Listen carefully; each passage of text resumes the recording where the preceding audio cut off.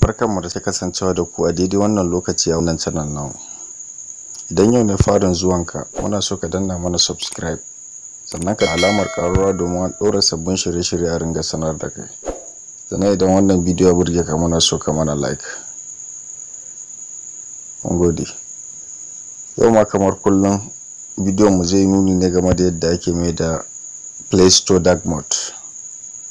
Farko za mu tafi ga shi Play Store din, za mu shige shi kamar haka. Ya bude mana, to daga sama can ga nan wajen alamar guda uku sai mu taba, sai mu zo kan settings, sai mu taba settings. Daga nan gashi nan dark mode, theme, sai mu taba theme. Muna taba theme, ga nan light, ga dark mode, ga nan set by battery, sai mu taba dark mode din.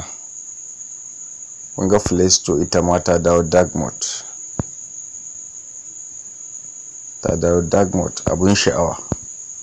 To ku ci gaba da kasancewa da mu a wannan channel namu.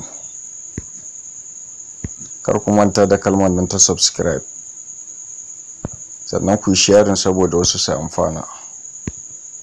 Mun gode.